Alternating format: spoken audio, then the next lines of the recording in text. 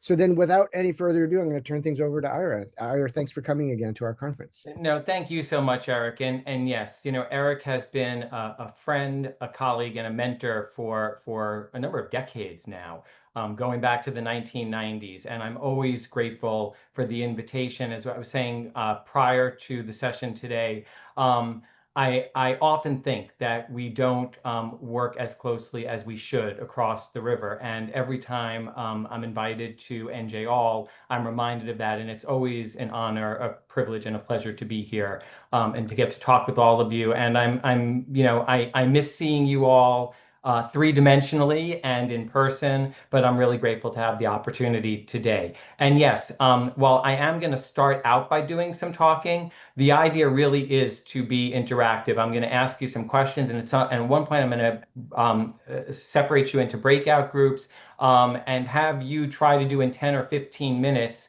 what it often takes, seasoned advocates weeks to do, which is kind of develop an outline for an advocacy campaign. So that's partly where we're going today. So without further ado, I'm going to share my screen.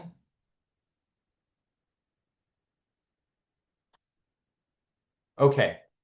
Eric, you're the first person on my little sidebar, which is great. So, you can give me thumbs up, thumbs down, keep it moving, Ira, whatever signals you want to give me. I'd be grateful. All right. So, state and local advocacy for adult literacy education. As Eric mentioned, I'm Ira from the Literacy Assistance Center. This is NJ All, and I'm going to talk a little bit about the LAC, who we are, what we do, and what we do around advocacy in a moment. But in terms of our agenda, I actually want to start right from the beginning with our context and really talk about the threats that we currently face. Then I'll get into a little bit about who we are, what we do, and how we do advocacy, share some of our success in New York City. Then I want to have a brief exchange about what compels politicians. After that, I'm going to share some lessons that we've learned about successful advocacy. And then I really want to set aside time to turn it over to you to both talk about your experiences with advocacy, if you've had them, and to give you an opportunity to work in groups to develop the outline or a framework for an advocacy campaign. And then end by coming back to the current moment, talking about some additional strategies to consider, and hopefully there'll also be time for Q&A. Okay. I'm going to move through this quickly because I know that this could be the entire session, and I know that you are actively talking about these issues in other sessions and then just, collectively. But what are some of the threats that we currently face right now? Well, as I think you all know or have heard, there is the potential for the wholesale elimination or deep cuts to federal funding for adult literacy education. And I'm talking specifically about WIOA Title II. There is also the possibility that even if funding remains, that it is repurposed for ideological reasons. So, for example, some of us have talked about even if the cuts don't go as deep, will we be limited to only serve those who are workforce eligible, workforce interested, workforce able? Will there be real constraints put on our ability to serve immigrants, for example? So I think any of the three of these things are possibilities right now. Even if the funding remains, there is a concern, at least I know that we have, for example, here in New York City and New York State, that the administration in Washington will withhold federal funds to either state or local agencies for ideological reasons, such as maintaining their commitment to DEI or maintaining their commitment to serving all immigrants. I'm very proud that in New York, our state education department has been very defiant and said we are not backing off our DEI commitments. The local agency that funds programs here in New York City, the Department of Youth and Community Development, maintains its commitment to DEI and to becoming an anti-racist agency on the front page of its website. So very proud of that, but it also could mean that the administration will target our state education department or that local agency and say, the funds are exist and are flowing, but we're not going to send them to you. Related to that, there is the potential for punitive cuts or withholding of federal funds to individual organizations because of their commitments to anti-racism, DEI, immigrant rights, and social justice. And of course, I think what many of us are also concerned about is a ripple effect of as a result of other federal funding cuts. So, for example, if there are catastrophic cuts to Medicaid, and you live in a state that does fund adult literacy education through state dollars, are they going to have to scramble to repurpose whatever dollars they can to cover for the catastrophic cuts in Medicaid, as an example? Okay. In addition, um, if you live in a sanctuary city or your state has sanctuary policies, those policies are in question or just under threat. I mean, I live in a sanctuary city, and there is collusion with ICE. There's ICE ignoring some of our sanctuary city laws. So even if there's a commitment to those laws, they are still under threat and being disregarded. As we all know, I don't need to tell you, immigrant students are in many cases too frightened to travel to class. Some of them are disappearing. Some of them are being detained. Some of them are being deported. There's a concern about staff members being targeted or detained during travel because of the politics, work, or public profile of their organization. Here in New York, we have an organization, the Chinese American Planning Council. It's the largest Asian American social service organization in the country. They, like many, have done countless Know Your Rights trainings. Their chief policy officer was doing one of these trainings. It was surreptitiously videoed. It was selectively edited by a right-wing hit group, and then shared with members of Congress. Now that organization and our colleague are being investigated by Congress. Their family is from the Philippines, and they happened to be in the Philippines when this story broke, and they were concerned about whether or not they were going to be detained upon reentry. Fortunately, they were able to. Related, obviously, we're hearing about this more and more, concerns about visa and green card holders being denied reentry after travel. Potential weaponization of data. My organization, as you're going to hear in a moment, developed and now manages the statewide data collection system for all state-funded adult literacy programs. There is an executive order that the White House put out that any third-party data collector that is collecting data on federally funded programs needs to make that data available, which means that our data could be accessed, and they could identify those without social security numbers and potentially to use our data collection system to target students who are here and done a documentation. And then, again, something that some of you may have heard about, this threat that the federal government is going to revoke the tax exempt status or nonprofit status of nonprofits based on the politics and work of their organization. Okay, I'm going to move on. We can certainly come back to some of these in the Q&A, but I just wanted to kind of to set the groundwork, because really what all this points to me is we certainly can't rely on the federal government, and the federal government, is more and more emerging as a threat to our students, our communities, and programs. And this is where focusing more on the state or local level and who are potential champions and advocates and activists at the local level and state level may be more beneficial. Okay, so the Literacy Assistance Center, who we are. We are a 42-year-old nonprofit organization dedicated to strengthening and expanding the adult education system and to advancing adult literacy as a core value in our society and a foundation for equal opportunity and social justice. What do we do? We provide professional development and technical assistance, mostly but not exclusively for publicly funded community-based organizations in New York City. As I mentioned earlier, we do data management and data analysis for all state-funded adult literacy programs in New York State. And we engage in advocacy, mostly in support of community-based adult literacy programs here in the city. If you want to learn more about us, here is our organizational website. How do we do advocacy? Well, we do it as part of the New York City Coalition for Adult Literacy, which is our longtime citywide advocacy coalition. We are also members of the New York City Council's Asylum Seeker Roundtable and the City Council Speaker's New Arrival Strategy Team. That gives us a lot of access to our City Council leadership. We're part of something called the People's Budget Campaign for New York City, which is really about creating a comprehensive equity agenda for New York and getting that equity agenda funded through city funds. And all the work we do around advocacy is through the lens of our own Literacy and Justice Initiative, which is a project that seeks to align adult literacy programs with and situate adult literacy education within movements for racial, social, and economic justice. And we have a standalone website that describes that initiative, which you could take a look at as well. Okay, so I often say that over the last 9 years, we've had modest but meaningful advocacy success in New York City. So I want to share what that success has looked like. So if we go back to fiscal year 2015, 2016, there was approximately $5 million in city funding for community-based adult literacy programs. This year, that's grown to $26 million.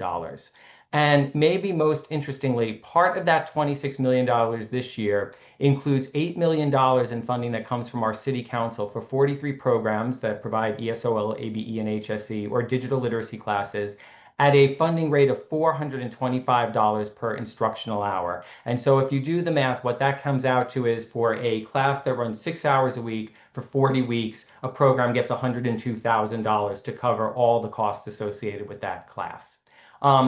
I will say, if this seems impressive, to note that the budget for New York City this year is $112 billion. It's larger than the budget of 46 states. So $26 million out of $112 billion is still a drop in the bucket. But it also speaks to uh, uh, something that we have that's unique here, which is a city council that controls a budget, again, that is so large that there's real power and there's real money here at the local level. And that's really different than almost every other city or locality in the country, and I'm aware of that. Okay, so I've been talking now for almost 15 minutes. I want to stop, and I want to ask you a question. What do you believe compels or motivates politicians to stand up and fight for an issue? I'm going to stop sharing. I'm going to ask you to put your responses to that question in the chat, give you a minute or two, and then we'll take a look at some of them. So I think I'm going to stop sharing. Yeah, you did. Okay, great. Thank you. So some stuff's coming in already.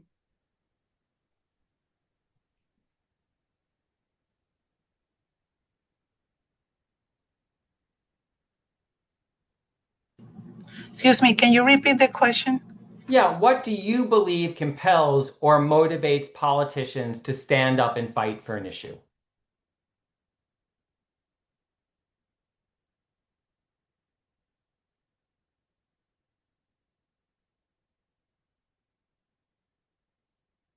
These are great. I'm gonna start reading some of them. Votes, personal experience, donations to acquire votes, publicity that serves their reelection, sometimes political experience, but mostly political pressure, personal struggle they've overcome and now feel passionate about, funding, pressure, votes, passion for education and social justice, when it benefits them financially, personal experience, votes, depends on the leader and their experiences and strongly held core beliefs. Morality, funding, pressure from constituents and votes, personal connection. So we're seeing a lot of similar responses. Impassioned voters who have touched their hearts, political alignment, overwhelming response from constituents. They remember why they went into office. Personal value, worldview, pressure, team pressure. They remember who they serve. Lack of morality. That's interesting. Think morality is last on the list. Okay, thank you for all of those. And what you're going to see in a moment.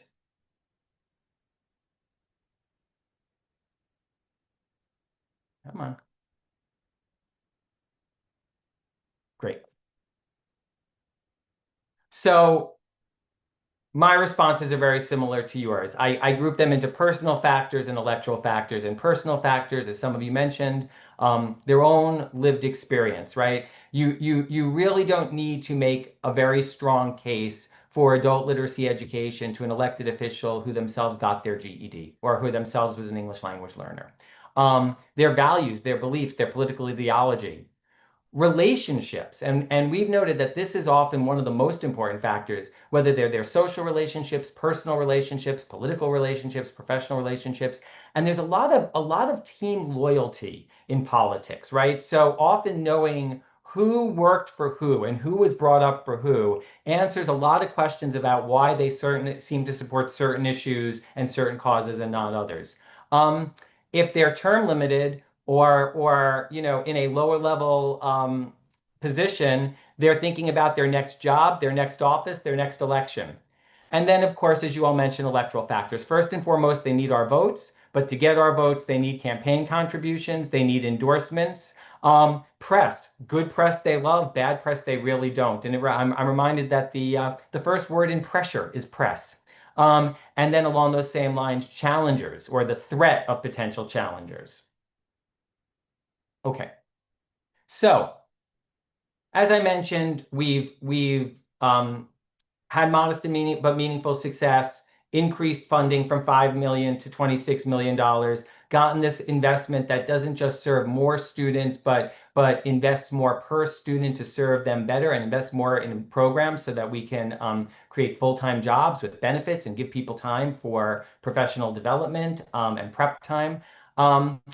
What have we learned in these efforts? Well, first lesson is that you really need to build relationships with everyone. Elected officials, staff of elected officials. This is really important. It is often the staff that is guiding the elected. Often a meeting with a chief of staff is far more valuable than a meeting with the elected themselves. Agency leaders, agency staff, you never know who your key allies might be. The person who has been the single greatest ally in New York City for moving our agenda and for increasing our funding is someone who works as staff of the city council finance team. They're not an elected official. Nobody who doesn't work with them knows their name. They are a staff member of the city council. They themselves were an immigrant from Burkina Faso, and they credit the ESOL program they went to with why they're in this high level, powerful position in the city council. And they have been our biggest champion, bar none. Along those lines, right? You want to identify and cultivate a champion or champions. Ideally, those with a personal relationship to or a stake in our cause. The first elected who really secured the greatest leap in funding for us was the first Mexican-American member of the city council. He was born in El Paso, Texas, but his mother was an immigrant from across the border. And he went with her to clean buildings at 3 o'clock in the morning when he was growing up, watched as she learned English, and was very, very committed both to funding for English, for ESOL, but also for immigrant rights and immigrant justice more broadly. Begin with a reasonable stretch ask. Don't negotiate against yourself. I don't know how many conversations I've been in where we've said, this is how much we have, this is how much we need, right? And people have said, you can't ask for that, right? Don't negotiate against yourself, right? Obviously, you're not going to go from, in our case, $26 million to $260 million. But don't start arguing yourself away from pushing the envelope. And what that push looks like and what that sweet spot is, really you need to determine. Have a strategic targeted message. During the first Trump administration, our advocacy really focused on New York City as a sanctuary city and what it meant to really be a sanctuary city and invest in immigrants. During COVID, we talked a lot about the urgency of digital literacy and health literacy, as well as justice for essential workers. And over these last couple of years, a lot of our advocacy has focused on the integration of asylum seekers who have made their way to New York. Choose the right combination of messengers. And yes, students are critical, but also don't shy away from the insight that teachers provide, that longtime program managers provide. It's fine to have a combination of messengers and often more effective. Having said that, you really want to maintain message discipline. And I can't stress this enough, right? share diverse stories, but maintain a clear, unified, consistent call. If people are asking for different things, right? You seem non-aligned, you seem disorganized, and it's also really confusing, right? So you really want to make sure that whatever the stories lead to, it's consistent across stories and across messengers. Very important.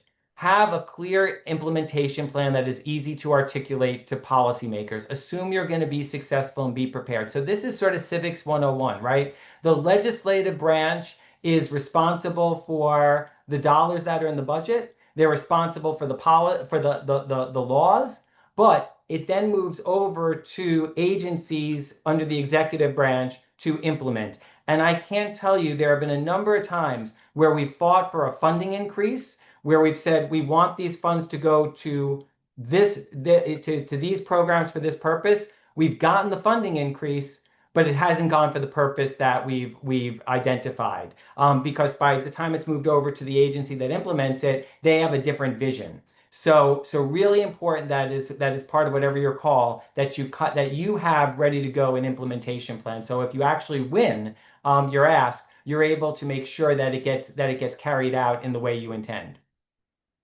Have an inside-outside diplomatic and direct action strategy, right? You to the extent that you can be at the table and talking to the players, you want to do that, but you also want to pressure them from outside. And part of that is using social media and the press, if it's possible and strategic, to amplify your message and to hold policymakers accountable. And be part of a coalition. Be part of multiple coalitions, right? Have your issue in other multi-issue platforms. I mentioned earlier this People's Budget campaign for New York City, People's Budget Plan, right? It is a multi-issue campaign that many organizations are carrying. And so getting adult literacy as part of that is really significant, but it also means that we advocate for other issues that impact our communities as well. Ira, can I step in here for a Yeah, second? please. Go back to the previous slide. So first about that. So one of the things that we've talked about at the NJL sort of advocacy working group is those sort of natural alliances in a coalition. And some of the things that people have identified is like expanding childcare, right? That like, because if someone can't get childcare, they can't go to a adult ed program, right? But people also just need childcare, right? And so that's like a natural partnership. Issues around transportation justice, right? If people can't get to a program physically, that's a problem, right? But there's also people fighting for transportation justice. So I think here in New Jersey, and we can talk about this afternoon, like there are some natural partnerships to be part of these coalitions. The other thing too, maybe you can talk a little bit more about is like the message discipline and the message. Because sometimes I think that the message is too like vague and lukewarm, and it doesn't suggest what's going to happen. So like support adult education, blah, right? Like what does that mean? What do you want? What are you going to do with that, right? Versus like, working towards equity or, closing the digital divide. That's like a real message as opposed to like just kind of generically support adult education. So I wonder if you had any other thoughts on kind of like crafting that message in a way that's like clear about what the ask is and the reason for the ask. So those are two great points, and I'd love to talk a little bit about them. So going back to your first point, I think not only is what you're describing strategic, it's also moral, ethical, and just. I think that we need to, and I don't need to tell you all this, you all know this and do this and live this, but that we need to see our students in the totality and wholeness of their lives and in the totality and wholeness of their communities, right? And it's not just, that the folks who are advocating for childcare, if we advocate alongside of them, they will advocate for adult literacy. And so it's strategic. It's recognizing our students need childcare. It's recognizing our students need transportation, right? It's recognizing that our students' children need well-funded public schools, right? Our students need healthcare. They need housing, right? And that's really, I mentioned our literacy and justice initiative. That's the whole focus of that piece of our work, right? It's really about aligning adult literacy education with broader movements for racial, social, gender, environmental, economic justice that impact our students and their communities. So it's both strategic and it's right. And so I really appreciate and echo that point. And I think the reality is that there is a history of that kind of alignment and those coalitions and that kind of perspective on our advocacy and activism. And really, I would argue that over the last 25 years, going back to when adult literacy education funding at the federal level was first folded under workforce development, we shifted our narrative to only talk about how adult literacy education can improve workforce outcomes and the labor market. I think we've had mixed results with that argument.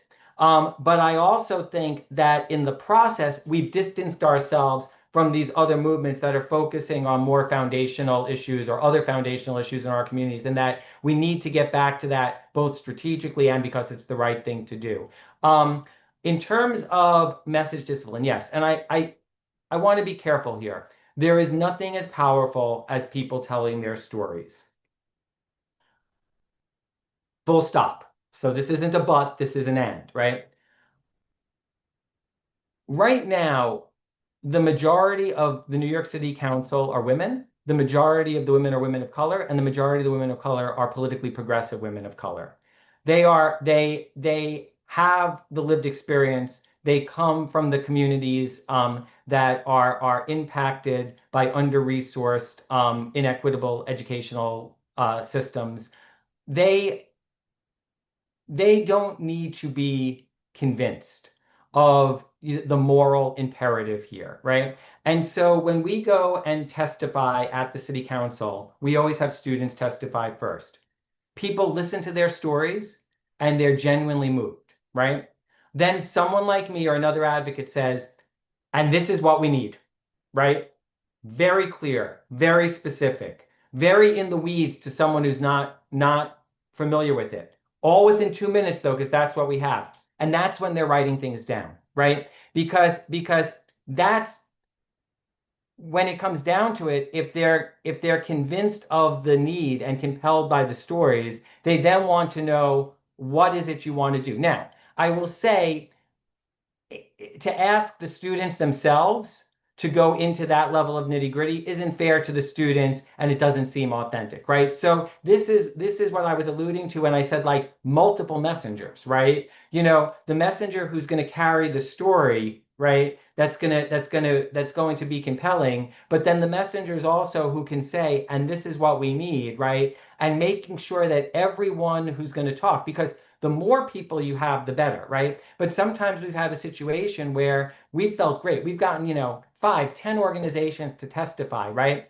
But by the time you're up to the 10th, people are saying some different things, right? Or saying some murky things, right? You really want to make sure, okay, when you get to the point of here's what we're asking for, you hit these bullets, sometimes with the exact same words, right? We want to hear them. We want to here's our ask, 1, 2, 3. So that's really important because that's what you're trying to win, right? And that's what you're trying to get passed and implemented. So does that speak to your question a bit, Eric?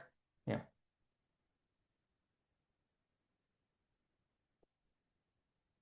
All right. So just check the chat for a moment. All right. I think you're good to go. Yep. Yep. Okay.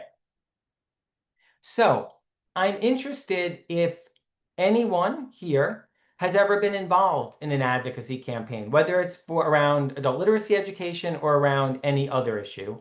And if so, if you could take a couple of minutes, to briefly share what was the issue, what were the goals of the campaign, who was or were the targets of the campaign, who were you trying to convince or appeal to, what strategies or tactics did you employ, what was the pitch or the message, who were the messengers, and was it successful, why or why not?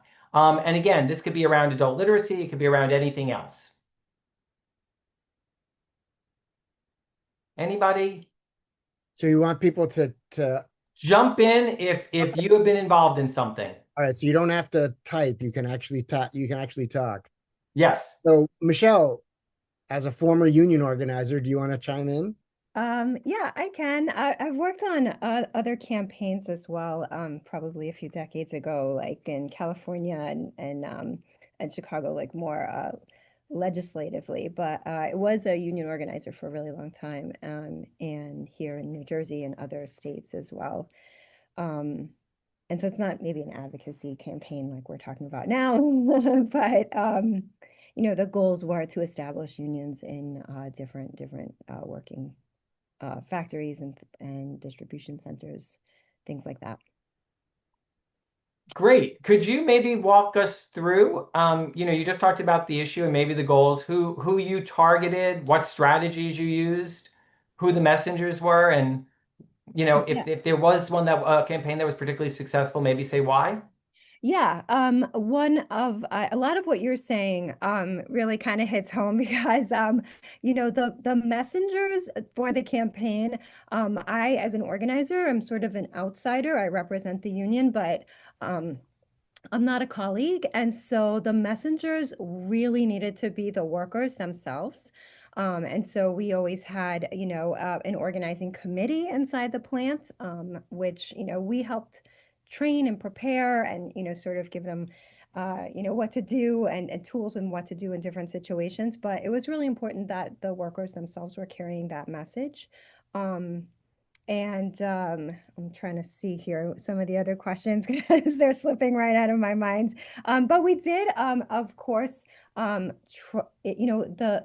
union campaign, just like the campaigns that we're talking, the advocacy campaigns we're talking about now, don't just affect that location.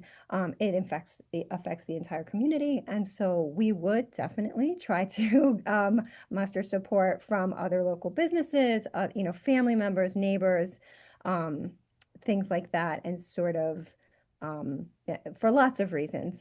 Workers need support and they need lots of love and to know that, what they're doing is, respected and supported by their peers outside of work, but also that's a way to also gain strength. So workers, once they're successful in one location, can sort of push forward and sort of help workers in other locations do the same thing and achieve the same thing. Thank you so much for that, Michelle. Really appreciate that. Anyone else? I think we have time for another story if there's someone who's been involved in an advocacy campaign. So while people are maybe thinking, I can say quickly, a campaign that I was involved in as part of Make the Road New Jersey, and my own students in that class were part of the push to get municipal IDs in the city of Elizabeth for folks that were out of status or didn't have documentation. And so I actually made videos in my ESL class that were then shown at the city council meetings of the students. And making digital videos means that they can go as many times as they want to hone the message. But part of it was their pitch was it's about families. And so for them, they were able to say, with a municipal ID, I can pick my kid up at school, I can go to the library, I can do all these other things. So there's any number of reasons for municipal IDs. But for my students, it was families. And so that way, when they were asked, that's what they stuck to, right? That was their pitch, was the municipal IDs is about family. And they could explain families regardless of their English level, right? They could talk about the importance of families and what a municipal ID would do for them in able to take care of their families. It's a great story. Thank you so much, Eric. I'm looking at my time. Does someone have one more? I can mention something. I was involved with an effort to preserve a historic building in Red Bank, the T. Thomas Fortune House, which was on the National Register of Historic Places, but was endangered. And T. Thomas Fortune was a nationally known Black journalist at the turn of the 20th century. And it was mostly a private campaign. The pressure was not on elected officials so much. We were reaching out to them, but it was, we reached out to banks, local, institutions that were potential supporters. So that is a question I was going to raise later on, is the question of looking at private funding, the possibility of private funding. But ultimately it was successful because a developer who was able to build on the property and rehabilitate the house got involved. But that's the T. Thomas Fortune Cultural Center, if anybody's interested. Super. Thank you so much for that, Sarah. And I also, I think you're making an important point that I neglected to highlight, which is really the orientation here is focusing on, elected officials, public dollars. But yes, I mean, a lot of the strategies overlap in terms of when you're pursuing, private funding or targeting a private entity. So, and it would be great to have time to talk about that. I'm not sure that we will, but that's a great conversation to have as well. So thank you for that. So I'm really excited about this next piece, which is I want to, recognizing this often takes weeks to do, give you about 10 minutes to break into groups. Right now, everybody's coming back. Super. So just in terms of the game plan, we have 8 minutes. I have a couple of slides at the end that I can get through in 45 seconds.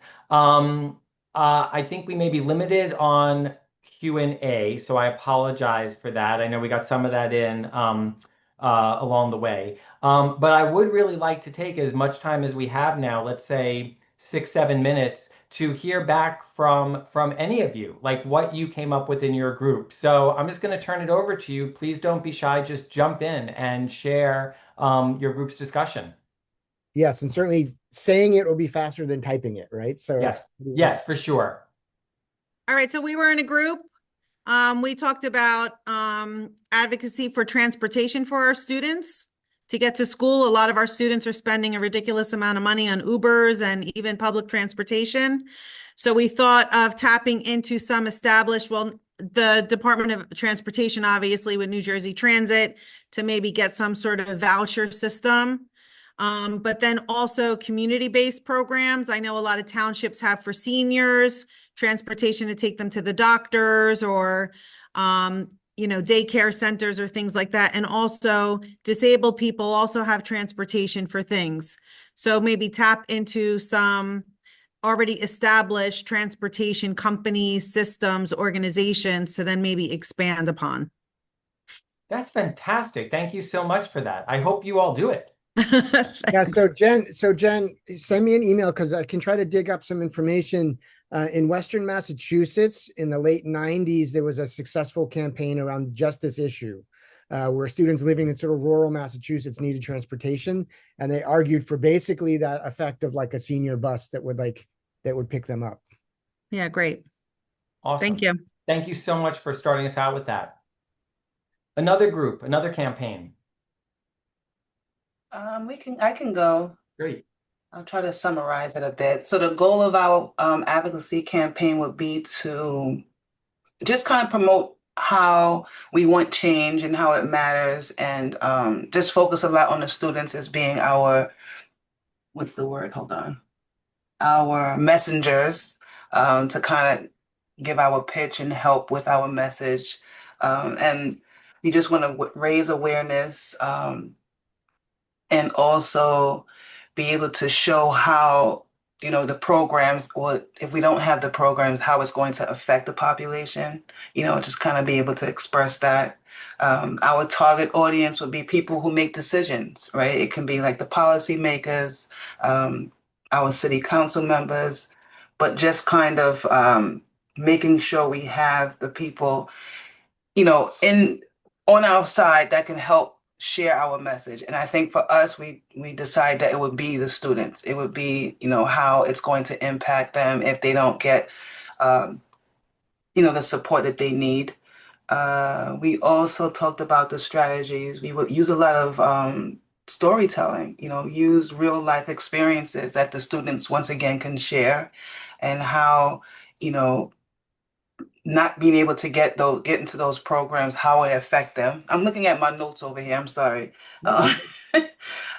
So We also talked about our pitch, which would also be why we need the programs, also using the students and how the students do need the programs to help with employment, to also be able to progress in school, be able to assist their children in school.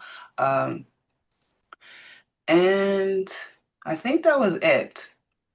That's great, Tamika. So We let were, me ask you a question. Mhm, Let's say you raised awareness, and let's say that, all the people you were speaking to were really compelled by your students and your stories and your pitch and what you're, what would you be asking them for? Like specifically, what would you say? And so this is what we want you to provide. This is what we need. but we'll definitely have a plan in place, Okay. right? And a presentation to share with them, I think, just kind of expressing the importance of programming, like the importance, what we need is not just the program, but how can the students get to the program? What is needed as far as instructors and training and professional development and all of those things. Great. And what I would say is, as you're developing that, which you obviously can't do in 10 minutes, I'm very Mm-hmm, aware, to come up with a dollar amount, right? Like to mm-hmm, say, and mm-hmm, therefore we need X dollars, that mm-hmm, will be distributed this way, right? Because I think sometimes we actually are successful in getting our voices heard, but mm-hmm, then we don't actually have an X. So they, it makes it really easy for them. They're like, we really hear you. We really appreciate it. You're mm-hmm, doing, the Lord's work. Keep at it and be in touch, right? And mm-hmm, that kind of lets them off the hook, right? As opposed to mm-hmm, great, and now we need a $10 million investment so that we can mm-hmm. fund X, Y, and Z. Yeah, that sounds good. So a few years back, I'm staring directly at Jessica.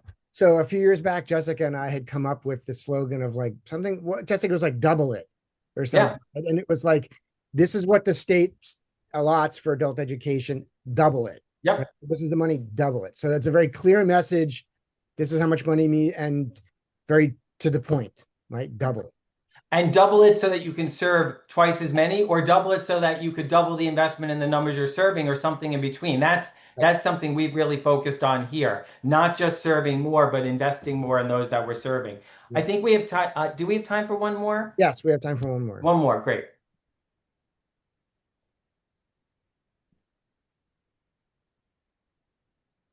or none more. Anybody want to share? I can share what our group talked about. Great. Thank you. So I mean, we talked about this because this is a focus right now, asking our um, federal representatives to make sure that funding for adult education is included in the federal budget. Um, and one way we can do that is sharing success stories and testimonials from students. Um, I didn't take notes. I forget everything that we talked about, but yeah, that was basically that's going to be our strategies to just contact them and share stories from the students about how adult education has helped them improve their lives. Great. Thank you so much for that, Lauren. And so thank you all, and congratulations. You got a lot further in 10 minutes than it sometimes takes us, 10 weeks. So well done, and I look forward to hearing about your efforts and your success. And I'm just, if you will indulge me, going to take our last minute, just a couple of last thoughts, right? Beyond what we've talked about so far, what are some additional strategies to consider? Advocating for sanctuary laws and protections for immigrants, not just for adult literacy education, but for sanctuary laws and protections. As we've already talked about, finding and joining cross-issue, multi-issue coalitions and movements, and encouraging your adult literacy colleagues to join you in these efforts as well to amplify our collective voice. Don't be afraid to lobby as a nonprofit. We could have a whole conversation about this. There's a difference between advocacy and lobbying and electioneering. And the thing you can't do as a nonprofit is endorse candidates, campaign, and electioneer, at least not as a 501c3. You can do that as a 501c4. And nonprofits are able to lobby. I'm a registered lobbyist in New York State. A colleague at the LAC is a registered lobbyist. As long as you stay within the rules, you can lobby. You can also consider hiring lobbyists, right? And it would be hard for a single organization probably to do that, but could a coalition do that if that was something you were interested in? I would say if this isn't antithetical to your own politics, to work on election campaigns, obviously on non-work time for allies and potential allies. The person who first got us to go from $5 million in funding to $17 million in funding was that city council member from El Paso, Texas, who I mentioned. And when he was up for re-election, we all went out and knocked on doors for him. Long term, I think the field should consider starting 501c4s. Again, those are the nonprofits that actually can endorse candidates and do campaigning and electioneering. The difference between a 501c3 and a 501c4 is that any contributions made to a 501c4 aren't tax deductible, but that would be a vehicle for getting allies elected to office and to consider yourself and your students running for office. We've seen in New York City, community members who have the lived experience of adult literacy students, either themselves or from their family, actually get elected. So it's not such a stretch. Here's my contact info. You'll get the slides. Thank you for giving me an extra 2 minutes. And if somebody else would like to have the last word, I'd really appreciate it.